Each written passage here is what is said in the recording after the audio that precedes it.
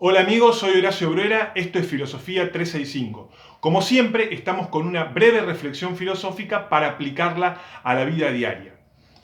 El 2 de septiembre de este año, hace pocos días, falleció Frank Drake.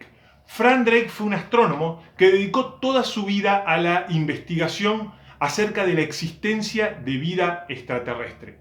De hecho, fue uno de los precursores del Instituto SETI, que es un famoso instituto dedicado a la investigación de la existencia de vida extraterrestre y del cual también fue presidente. Lo interesante es que en el año 1961, Frank Drake formuló una ecuación conocida como la ecuación de Drake, en virtud de la cual él decía se podía estimar la cantidad de civilizaciones existentes en nuestra Vía Láctea capaces de emitir ondas de radio detectables. Él dijo, yo tengo una fórmula, podemos hacer un cálculo para estimar cuántas civilizaciones en la Vía Láctea tienen hay inteligentes y han desarrollado tecnología capaz de emitir ondas de radio, radiocomunicaciones y que nosotros las podemos detectar. Y es por eso incluso que el SETI siempre tuvo unos enormes radares que lo que procuran es justamente captar esas ondas de radio provenientes del espacio exterior. Lo interesante es que entonces la fórmula decía que para estimar la cantidad de civilizaciones capaces de emitir ese tipo de ondas, había que calcular el producto de los siguientes factores. ¿Sí? Era el siguiente. Punto 1. El ritmo anual de formación de estrellas adecuadas en la Vía Láctea. 2. Sería la fracción de estrellas que tienen planetas en sus órbitas. 3. El número de esos planetas orbitando dentro de la zona de habitabilidad de la estrella. 4. La fracción de esos planetas en los que la vida se ha desarrollado. 5. La fracción de esos planetas en los que la vida inteligente se ha desarrollado. 6. La fracción de esos planetas donde la vida inteligente ha desarrollado una tecnología e intenta comunicarse. Y 7. El lapso de años durante el que una civilización de ese tipo puede existir. O sea, para Drake, la ecuación de Drake dice que yo puedo estimar la cantidad de civilizaciones inteligentes, capaces de comunicarse que hay en la Vía Láctea, si yo obtengo como el resultado de multiplicar esos 5 elementos. Una fórmula interesante que suena muy bonita, tiene una formulación matemática, incluso es una ecuación matemática, pero en el año 2005 Michael Crichton, el famoso autor de numerosas novelas, entre ellas una de las más conocidas, Jurassic Park, que fue médico, Michael Crichton, y siempre se dedicó, sus novelas están vinculadas justamente con cuestiones, muchas de ellas científicas y médicas, escribió un artículo muy interesante que en realidad estaba destinado a criticar las teorías sobre el calentamiento global.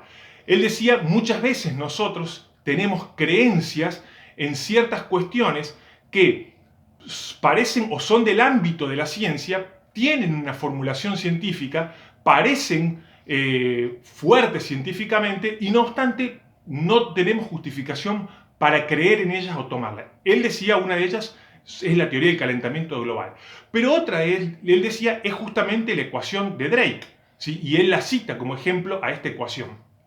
Y él decía, diciendo, el problema de la ecuación de Drake es que ninguno de estos 7 factores que Drake nos dice que tenemos que multiplicar, lo conocemos actualmente. Sí, no tenemos información acerca de ninguno de esos 7 factores o elementos. No sabemos ni el ritmo anual de formación de estrellas adecuadas en la Vía Láctea, no sabemos cuál es la fracción de estrellas que tienen planetas en sus órbitas, o sea, no tenemos información de nada de eso. Por lo tanto, él decía, la fórmula de Drake científicamente no tiene sentido, porque depende, como no tengo valores para asignar, puede dar cualquier resultado. Puede ser un resultado de billones o el resultado ser igual a 0. Es interesante ver esto porque cuando Drake hizo su fórmula en el 61, esa información no estaba. Cuando en 2005 Michael Crichton hizo la crítica, esa información no estaba, y al día de hoy, 60 años luego de realizada la fórmula y fallecido Drake, tampoco tenemos información para hacer ese cálculo.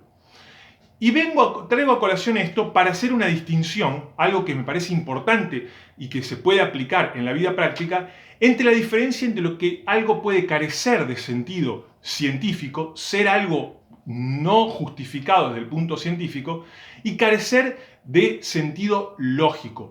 Tema que hemos tratado en el video 12, del cual les voy a dejar el link para que lo vean.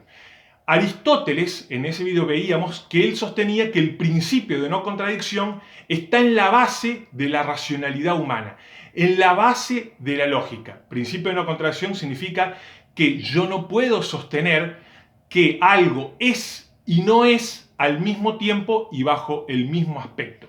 Si yo no puedo sostener de manera lógica, de manera racional, por ejemplo, que algo es blanco y no blanco al mismo tiempo y bajo el mismo aspecto, o que algo es un hombre y no es un hombre.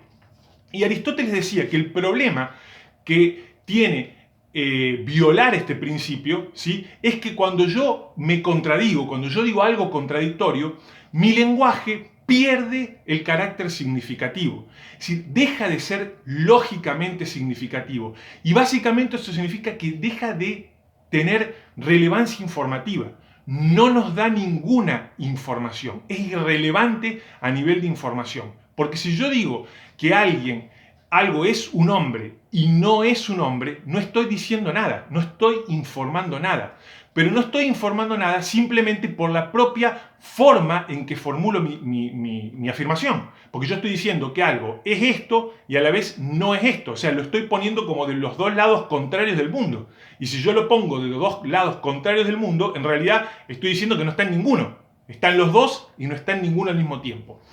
Aristóteles decía entonces que cuando yo violo el principio de no contradicción, todo mi andamiaje, o sea, mi creencia o mi sistema de creencias carece de sentido, no es susceptible de informar nada, pero por la propia estructura es irracional, repugna a la razón. Ahora bien, esto es diferente de carecer de sentido científico, es diferente del ejemplo que pone Michael Crichton respecto de la ecuación de Drake. Porque una cosa es que una creencia, un juicio o un razonamiento sea contradictorio, y eso implica que es imposible que nos dé información. Si yo digo que algo es blanco y no es blanco bajo el mismo tiempo y en el mismo respecto, no me hace falta investigar si conozco lo que es blanco, si conozco lo que es no ser blanco, no me hace falta hacer ninguna investigación. Esa frase es imposible que nos dé información, es lógicamente imposible, carece de sentido lógico y por lo tanto uno ya la tiene que rechazar. Distinto es el caso de la fórmula de Drake. La fórmula de Drake no es ilógica, no es contradictoria. No es que yo leo y digo, no, esto es imposible que sea verdadero, sin necesidad de más análisis que el ver la fórmula. Lo que yo, para saber si la fórmula de Drake tiene o no sentido científico, necesito saber si esos datos los tengo o no los tengo. Solamente viendo si tengo o no tengo esos datos, podré saber si carece o no de sentido científico. Y esto es muy útil para la vida práctica porque muchas veces nosotros creemos que porque algo es coherente, o sea, porque algo no viola el principio de no contradicción, ya creemos que con eso tiene validez, con eso es real, con eso nos da información acerca de la realidad. O al revés, creemos que porque algo, un cuerpo de creencias o una creencia no carecemos de información para corroborarla, para confirmarla, porque no tenemos en este momento elementos para corroborar si es o no es así, por ese solo hecho la consideramos absurda. Y eso no es así. Absurdo lógico solamente puede ser lo que es incoherente. Y la lógica lo que me garantiza es que si algo es incoherente, si algo es contradictorio, yo ya sé que es falso. Pero si algo es coherente, o sea, si algo no es no contradictorio, ¿sí?, no me garantiza que eso sea verdadero. Solamente me garantiza que no hay repugnancia entre las creencias entre sí. Así que bueno, a ponerlo en práctica, los invito a que cuando ustedes tengan una creencia, hagan una crítica a alguna creencia, vean si la crítica es porque es absurda desde el punto de vista lógico o porque en realidad carece de elementos que la corroboren, si es un sinsentido en otro aspecto, científico, de creencias ordinarias, etc. Así que bueno, a ponerlo a prueba. Como siempre les digo, si les gustó el video, suscríbanse al canal, pongan me gusta, compártanlo y comenten. Y bueno, y nos estamos viendo en el próximo video.